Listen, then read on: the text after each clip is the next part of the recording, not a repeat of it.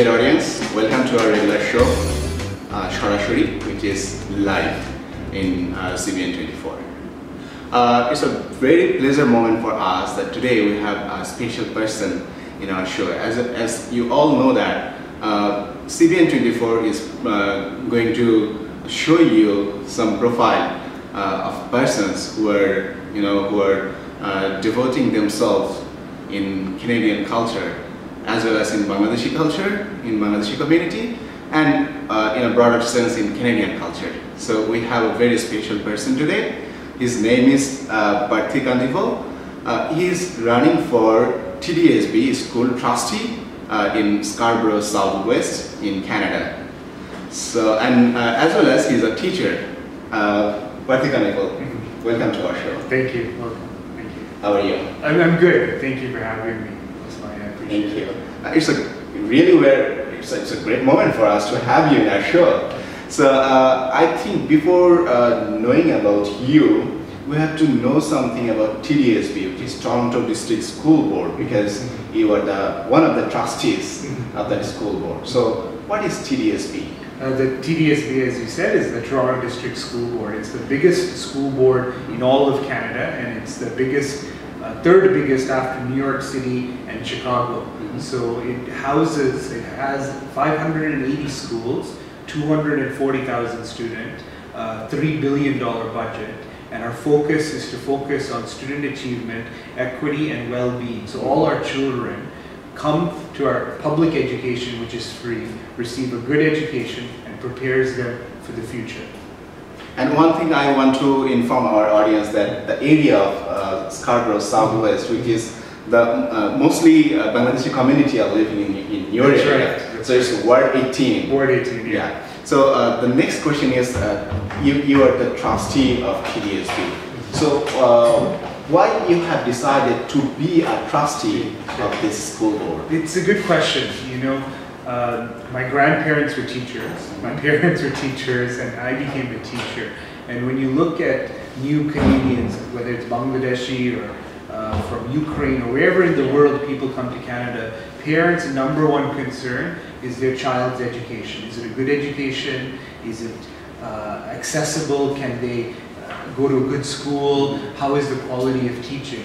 And in Canada and Toronto especially, 95% of children go to public education, which is free education. Yeah. So how do we make that a top quality education? In my opinion, is the number one service that the government provides to its citizens is a quality education. Because if you can come to this country with no money but have a good education, go to a good college or a good university and have a good life, that's a good country. So that is the reason why I wanted to become a trustee, is to help serve society.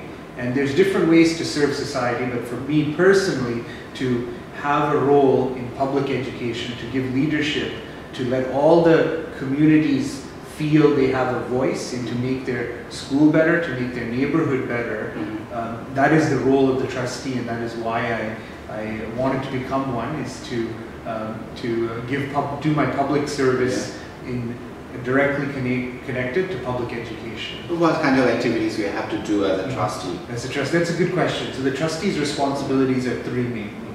First, it's the governance, to make sure that the system is being governed, being run properly. So we have a director of education who has about 35 to 40 superintendents. So the city is divided into about 30 areas, and each area has a superintendent responsible for about 20 schools. So the superintendent works with the principals to ensure that good learning is happening in all the schools. Right. The trustee's job is to make sure that system is being run properly. That's one. Second responsibility is policy. If there is a policy to create a certain school to focus on technology, like SATEC, many Bengali children go to SATEC because it's a strong maths and science and computer school, then that's a policy we will create. So policy, as you know, sets the direction for the system. So that's one area that the trustees use. They create the policy for the school system. And third area is parent advocacy. If a parent has a problem with the school, whether it could be with the principal or the teacher. The trustee comes in as a mediator, as an opportunity to help solve the problem. If a school community has an issue, and that's one thing, to give you an example, in this area of Pharmacy and Danforth, the Oak Ridge community, Oak Ridge Junior Public School and Samuel Hearn, a lot of children here, 1,200 kids, 500 at Samuel Hearn, 700 at Oak Ridge. So we didn't have a proper playing area, proper playing equipment for children. So one of the things last year and this year I worked hard is to make sure the TDSB built the new turf, the new green artificial turf between the new schools. So that's another area trustees advocates and brings what is needed for the schools, because sometimes in any government, whether it's a national government or the city government, you have to a good representative is able to bring what is needed for the community. In this case, we needed a good playing field for the children. Exactly. That's great. My another question is, what kind of challenges you have faced to run school trustee? So it's an elected position, so you have to be chosen by the people. So you have to be involved in politics, and as we all know, politics is not always easy. There's a lot of obstacles and challenges, and that's part of politics, so it's not a surprise. You have to work very hard. Every 4 years is the election, and you have to go house to house and talk to people, explain who you are, what you want to do, and people will judge you. And your mission, your vision. Exactly, right? So that's the straightforward piece, and then you have obstacles. People will play some games, but that's normal and that's part of the game. But I enjoy the role, and the biggest obstacle maybe is time, right? There's 30 schools in this area, so 30 different communities, 30 different neighborhoods. So this role, it's considered a part-time role. I don't have any staff like a member of parliament. Exactly, you have to do yourself everything myself. So it's a position that's directly connected to the neighborhood. So I know all the parents, and I know, but the biggest challenge is time, because there's only so many hours. How did you overcome that one?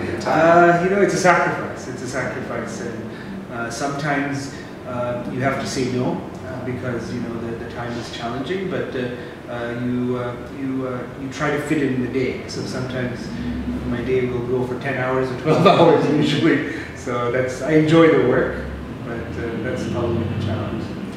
Do you have conversation with the Bangladeshi community here about their kids, their school system? Yeah. So when we're working on the artificial turf, that's obviously not a Bengali issue, but I met with a lot of the Bengali parents. And our principal, Mr. Sohail Sheikh here at Samuel Hearn Public School, is a very good principal, and the community likes him a lot.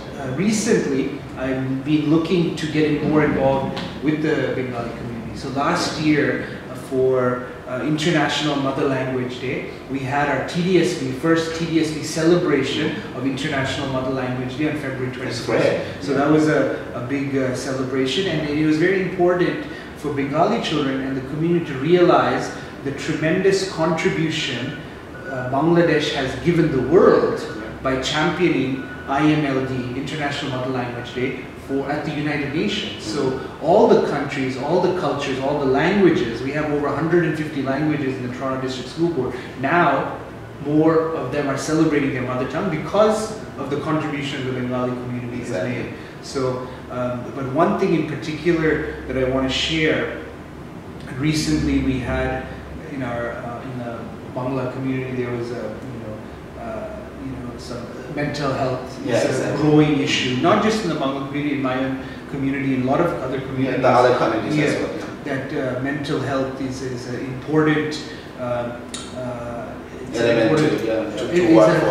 we need to improve the communication between the parents and the younger generation. How do we bridge that so nobody feels isolated, nobody feels lonely?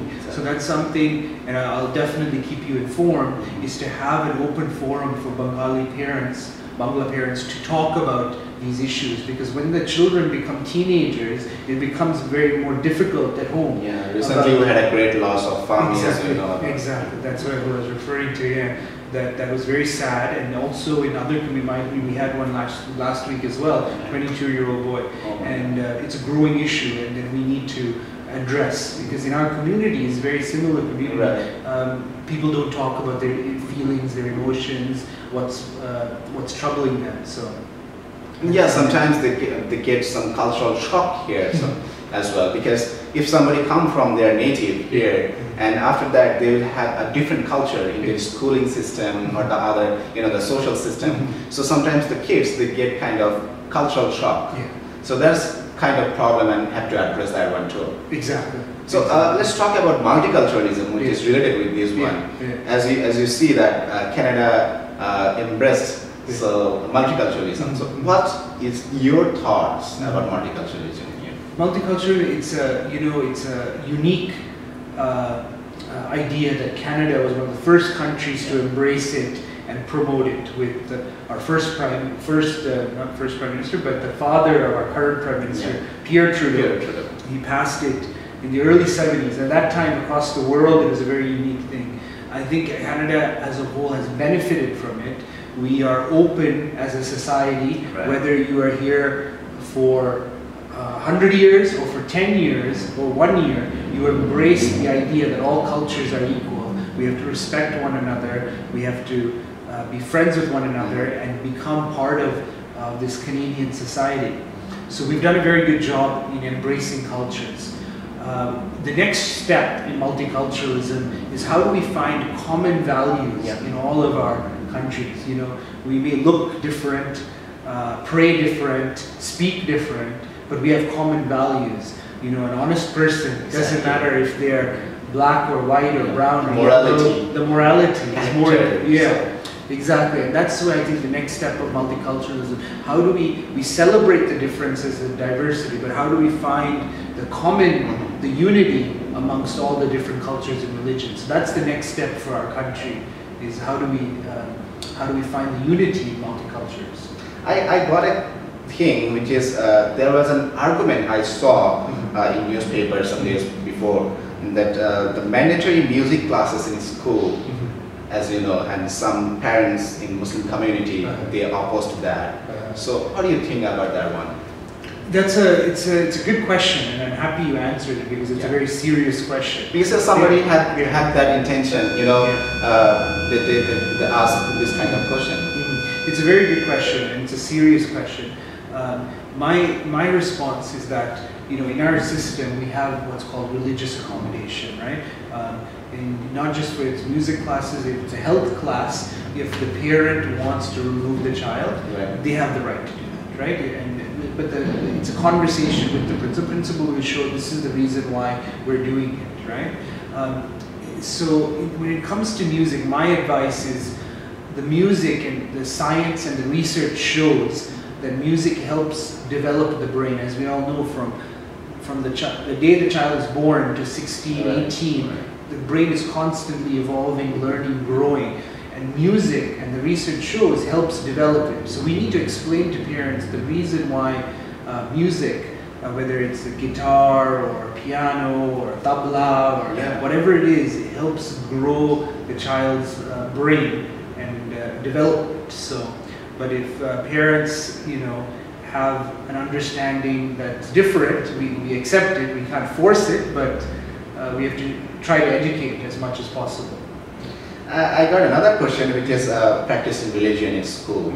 So what do you think about that one? Yeah, so it's a similar one, and we saw a big debate in the Mississauga Peel District School.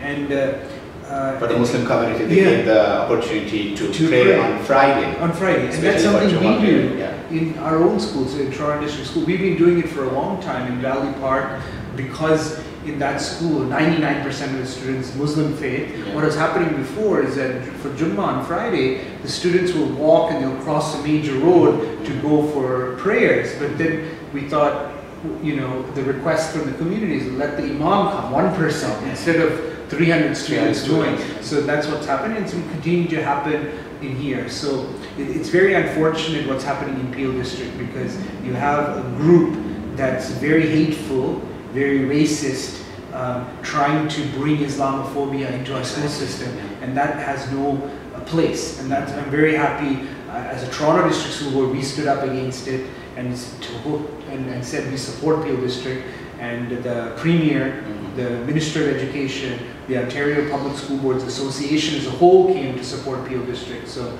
that type of hate mongering, even the current government, even the current, exactly, the Premier of Ontario, yeah. Kathleen Wynne, came out to support it. So I'm very happy that the media and the bigger public didn't respond and catch up to this hate-filled protest that was happening. Yeah, it was very unfortunate. This is, yeah, really. So, yeah, most of the questions I asked you, but in the last but not the least, how do you evaluate TDSP activities here? How do I evaluate? It's it's a good question. I think the number one test or evaluation is: are our children happy? Are they happy going to school? Are they learning? I think those are the first steps to evaluate whether, as a public school system, are we doing our job? Are the children happy? Are they learning? Right? Are they being supported? And then you look at the other aspects. Are we giving the opportunities? If they want to learn a certain skill, a certain trade in high school, how do we make those opportunities available and make sure they're equitable across our whole system? As you know, our city is a very rich city, but it has also a lot of challenges as well. And we want to make sure that just because you live in a rich neighborhood, you don't have better choices. We want to have all those choices equal. And that's the promise and the purpose of public education, that all members of the public have access to good education. So that's the test. Do we treat the child who lives in Rosedale, which is a multi-million-dollar neighborhood, or the child in Rexdale or Jane and Finch, and wherever, right? They live, whether they come from new to the country or been here 100 years, do we treat all children equally and give the same opportunity? So that's how I evaluate whether my job and the system's job is, are we doing our job? Are we being fair to everyone? That's right. Yeah. So the last question is about you. Yeah. Like, how do you feel here in Canada? It's in my opinion, and I know a lot of people say it's the best country in the world. I come from a community that had to leave our country because of war, and many of my relatives are across the world. We have relatives in Australia, in Norway, in England. We used to live in England before we came to Canada, the US, France, and the benefit of having relatives across the world, the disadvantage is we don't see them often, but the benefit is you learn the different types of countries, and they come to Canada and visit. And now, after being outside of our country for a long time, 25, 30 years, a lot of our relatives, they all say, though they live in different countries, they say Canada is the best country.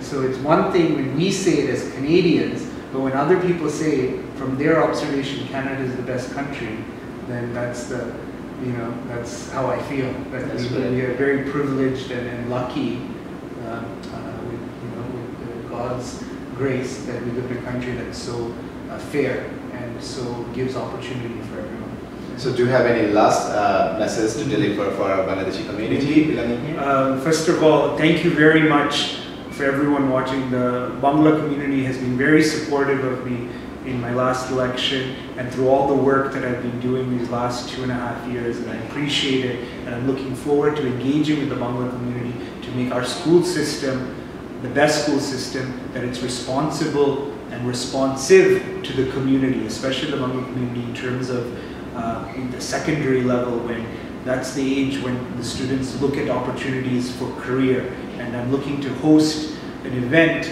to invite all Bangla parents in our school system to come back and share their experiences and their ideas about our school system. Thank you so much. Thank you very much for joining with us today. Thank you. So the audience, he is Parthi. He was talking about the education system, school board, trustee, TDSP, and the other things like multiculturalism in Canada. So everything. I think you are enjoying our show. Thank you again for joining with us. Thank you. Have a nice day for you. So this is everything for us today. We'll have another person in our next show. Let's see.